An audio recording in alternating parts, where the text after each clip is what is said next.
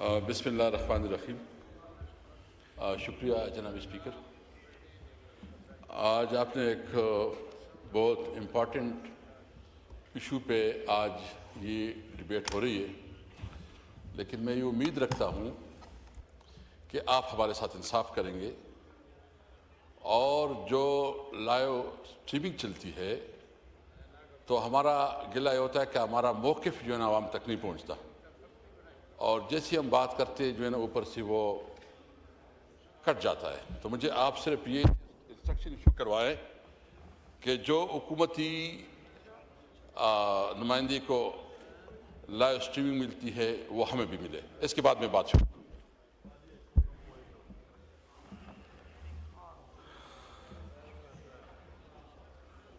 نہیں، وہ صرف سینسر ہوتا ہے اگر آپ آرم فورسز کے خلاف کوئی ایسے ریمارکس دیں یا پھر جوڈیشری کے. تو اس کے علاوہ آپ آج کے حالات کے موضوع پہ کہیں. آپ ابھی شہداء کا ڈسکشن ہو رہا ہے، اس پہ آپ بحث کریں. دیکھیں، ایک رولز ہے قانون کے مطابق. اگر کوئی میں غلط کام کروں یا انکانسٹیٹیوشنل کام کروں، آپ کے پاس حق ہے کہ وہ اس کو ایکسپنج کرے. وہ ایکسپنج یہ قانونی طریقہ ہے، آپ بے شک ایکسپنج کریں. لیکن اور دوسری بات یہ ہے کہ میری پارٹی اس وقت سب سے بڑی پولیٹیکل پارٹی ہے. پاکستان تحریک انصاف پنجاب، سندھ، خیبر پختونخوا، بلوچستان تمام صوبوں کی نمائندہ پارٹی ہے. اگر مجھے یہ حق نہیں پہنچتا کہ میری بات عوام تک پہنچائے تو یہ تو میں اس لیے آپ سے ریکویسٹ کرتا ہوں کہ آپ رولنگ دیں کہ اسمبلی کے جو ویب سائٹ ہے اور آپ کا اس کے مطابق. ہاں، اگر میں کوئی غلط بات کروں تو آپ کے پاس رائٹ ہے کہ وہ ایکسپنج کرے.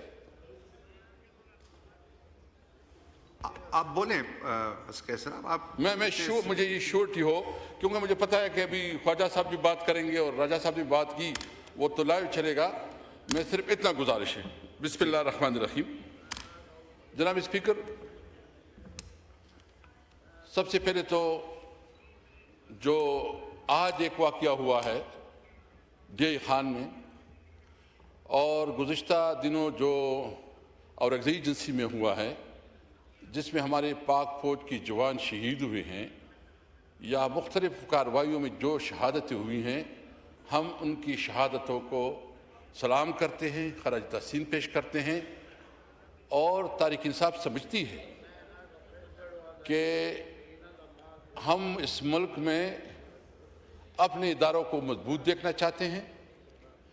ہم سمجھتے ہیں کہ فوج ہمارا ہے، یہ ملک بھی ہمارا ہے اور فوج بھی ہمارا ہے. اس لیے جو اس وقت وہ قربانیاں دے رہے ہیں ملک کے اندر یا اپنے سرحدات پہ، ہم اس کو خراج تحسین پیش کرتے ہیں. لیکن اب سوال کیا ہے، جو ایشو ہے جس پہ ہم بات کرنا چاہتے ہیں کہ سب سے پہلے یہ جو کچھ ہو رہا ہے، جتنی شہادتیں ہو رہی ہیں ہمارے فوجی جوانوں کی، خوبصورت جوان، ہماری پولیس کی کانسٹیبلز اور پولیس کی جوان، اور ہمارے جو عوام اس سے متاثر ہو رہے ہیں، تو اس پہ تھوڑا ہمیں اپنی پالیسی پہ کوئی نظر ثانی کرنی کہ نہیں کرنی. سب سے پہلے بات یہ ہے کہ گزشتہ 40 سال سے یہ جنگ، یہ تکلیف، یہ مشکل ہماری اس دھرتی پہ یہ مصیبت آئی ہوئی ہے. میں مسلسل اس فلور پہ بات کرتا رہا ہوں کہ جب سوویت یونین افغانستان آیا اور ہم نے افغانستان کا جہاد ڈکلیئر کر کے اس پہ ایک اپنی پالیسی بنائی اور اپنی فوج در فوج جو ہے نا بھرتی کی، اس کے اثرات جو ہوئے، ایک تو ہماری طرف جو ہے نا ڈرگ کا کاروبار شروع ہوا، دوسرا جو کلاشنکوف کلچر آیا، اور جو ایڈجسٹنٹ ایریا ہے، جو خیبر پختونخوا کی جو بارڈر ایریا، اسپیکر صاحب، یہ وزیرستان سے لے کے باجوڑ تک، دیر تک، یہ تقریباً 100 کلومیٹر سے زیادہ بہت بڑا مطلب ڈسٹینس ہے.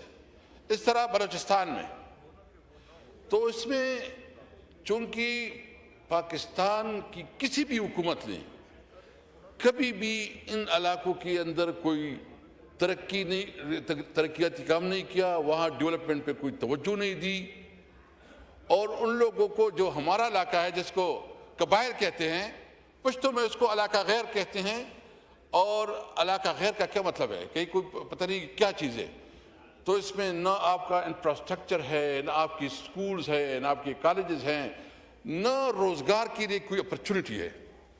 میرے کہنے کا مطلب یہ ہے کہ ان شہادتوں کو جو کہ ہماری افواج شہادتیں دے رہی ہے, ہماری پولیس شہادتیں دے رہی ہے, ہمارے عوام شہید ہو رہے ہیں, گھر جڑ رہے ہیں, آپریشن ہو رہے ہیں, اس پہ ضرورت اس بات کی ہے کہ اس پالیسی پہ ہم نظر ثانی کریں.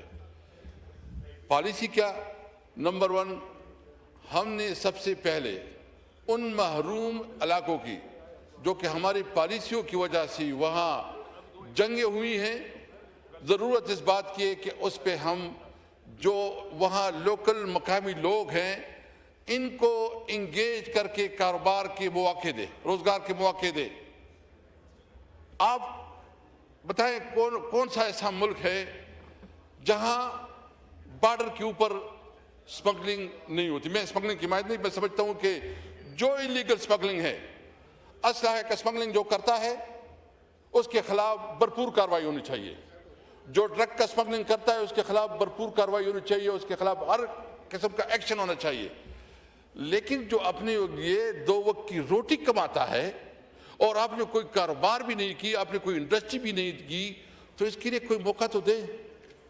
اور پھر جو آپ کے اپنے بارڈرز ممالک کے ساتھ آپ کی جو بارڈرز ہیں, خاص کر افغانستان کے ساتھ ہمارے بہت گلے شکوے ہوں گے. ہمیں احساس ہے کہ ہمارے لوگوں کو گلے ہیں افغانستان کی حکومت سے, لیکن اس کے لیے طریقہ تو نہیں ہے کہ آپ جو ہے نا یہاں سے دھمکیاں دیں کہ میں افغانستان کے اوپر حملہ کروں گا. آپ یہاں دھمکیاں دیں, اس کے ساتھ جو آپ کا ڈپلومیٹک چینل ہے, اپنے ڈپلومیٹک چینل کے ذریعے اس کے ساتھ نیگوشیٹ کریں. اگر آپ سمجھتے ہیں کہ آپ کے ڈائریکٹ رابطے نہیں ہیں تو آپ کے جو دوست ممالک ہیں, سعودیہ ہو گیا یا جو بارڈر کی دوسری ریجن کی دیگر ممالک ہیں, ابھی ایک خوشائند بات یہ ہے کہ ایک میٹنگ رشیا میں ہوئی ہے اور مجھے امید ہے کہ اس قسم کی ایکٹیویٹیز کو پروان چڑھایا جائے گا تاکہ لوکل ایشوز, ریجنل ایشوز جو ہے, ریجنل مسائل جو ہے وہ ریجنل مسائل پہ حل کیا جائے. تو اس لیے میں سمجھتا ہوں کہ سب سے پہلے ہمیں اپنی پالیسی کو بھی دیکھنا چاہیے. افغانستان کے ساتھ ہمارے کاروبار, تجارت, ٹریڈ, اس کو مزید بڑھاوا چاہیے. جو ہمارے جتنی بھی کوریڈورز ہیں, یعنی ہمارے تقریباً 12 کوریڈورز ہیں, بزنس کوریڈورز ہیں, جو کہ غلام خان ہے, خرلاچی ہے, انگور اڈا ہے, ترخم ہے, گرسل بارڈر ہے, مطلب جتنی بھی بارڈرز ہیں ان سب پہ کاروبار کا آغاز کیا جائے اور ساتھ ساتھ وہاں کے لوگوں کو یہ احساس دلایا جائے کہ آپ پاکستانی ہیں اور آپ پاکستان کی اتنی حقدار ہیں جتنا ایک اور پاکستانی ہے. ہم اپنے افواج کے ساتھ ہیں, ان کی شہادتوں کو خراج تحسین پیش کرتے ہیں اور امید رکھتے ہیں کہ جو ہماری پالیسی ہے جس کی وجہ سے یہ سب کچھ ہو رہا ہے, اپنی پالیسی پہ نظر ثانی کریں گے. شکریہ. شکریہ.